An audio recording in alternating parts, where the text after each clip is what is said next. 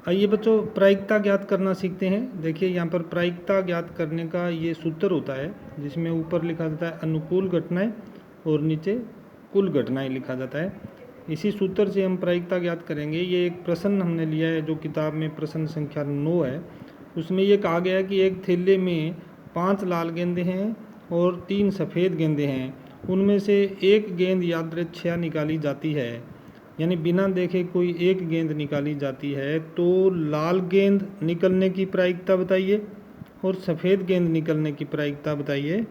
तो हमने हल करने के लिए देखिए लिखा है लाल गेंदें प्रश्न में बताई है 5 हैं, सफ़ेद गेंदें बराबर 3। ये हमें करना है कुल गेंदें, यानी जो लाल और सफ़ेद है इनका जोड़ किया तो 8 आ गया, तो कुल गेंदें हुई 8। अब लाल गेंद आने की प्रायिकता निकालनी है तो बराबर लिखेंगे अनुकूल घटनाओं का अर्थ होता है कि इसमें लाल गेंदें कितनी हैं, और कुल घटनाएं का मतलब कुल गेंदें कितनी हैं। तो लाल गेंद की प्रायिकता निकालनी है तो ऊपर लाल गेंदों की संख्या लिखेंगे, जो हमने देखा 5 है तो लाल गेंद के स्थान पर 5 आ गया। कुल गेंदें यहाँ पर 8 हैं तो कुल गेंदों के स्थान पर लिखा 8। ये 5/8 हमारी लाल गेंद प्राप्त होने की प्रायिकता हुई।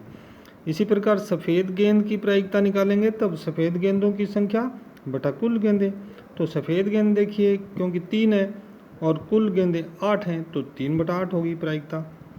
इसी प्रकार आगे प्रश्न 10 है किताब में, जिसमें बताया गया है कि 12 खराब पेन हैं जो 132 अच्छे पेनों में मिल गए हैं गलती से। तो इनमें से कोई एक पेन यादृच्छिक निकालें तो अच्छा पेन आने की प्रायिकता ज्ञात करें। तब हमने यहाँ पर लिखा खराब पेन बराबर 12, अच्छे पेन बराबर 132। तो कुल पेन यानी इन दोनों का जोड़ किया 144 हुआ।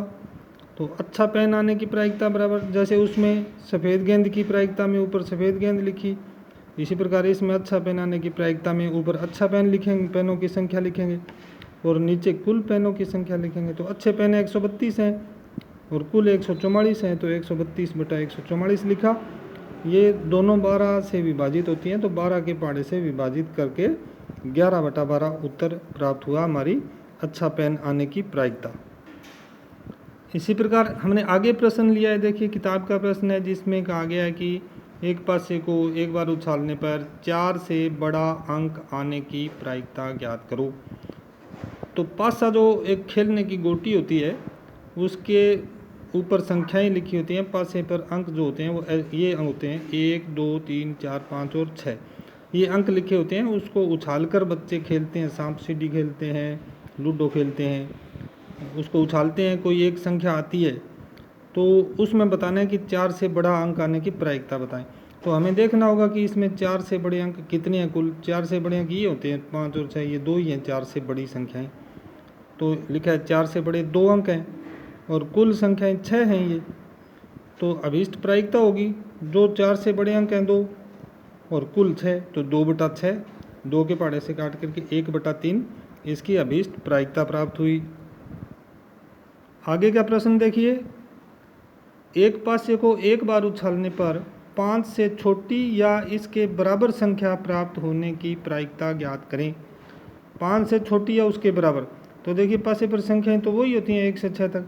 अब इनमें 5 से छोटी या 5 के बराबर ये संख्याएं होती हैं, ये 4 तो 5 से छोटी हैं और ये संख्या 5 के बराबर है, तो ये कुल संख्याएं हुई 5, और जो 5 या 5 से छोटी हैं वो संख्याएं तो 5 हुई और कुल संख्याएं 6 हैं, इसलिए हमारी प्रायिकता हुई ये 5/6, ये रहा 5/6। इसी प्रकार आगे का प्रश्न देखिए जिसमें ये कहा गया है कि 1 से 17 तक संख्याओं में से अभाज्य संख्या आने की प्रायिकता ज्ञात करो। तो 1 से 17 तक की संख्याएं यहाँ पर मैंने लिखी हैं और इनमें देखेंगे कि अभाज्य संख्या कौन कौन सी है। तो अभाज्य संख्याएं ये हैं 2 3 5 7 11 13 और 17। आप जानते हैं अभाज्य संख्या वो संख्या होती है जिसमें किसी दूसरी संख्या से भाग नहीं जाता है। तो ये अभाज्य संख्याएं हैं जो हमने यहाँ छांटी। अब देखेंगे कि ये कितनी हैं, तो 1 2 3 4 5 6 और 7 हैं, तो अभाज्य संख्याएं 7 हैं और कुल संख्याएं 17 हैं, तो अभीष्ट प्रायिकता हुई है 7/17। इसी प्रकार हम प्रायिकता के सभी प्रश्नों को हल करेंगे।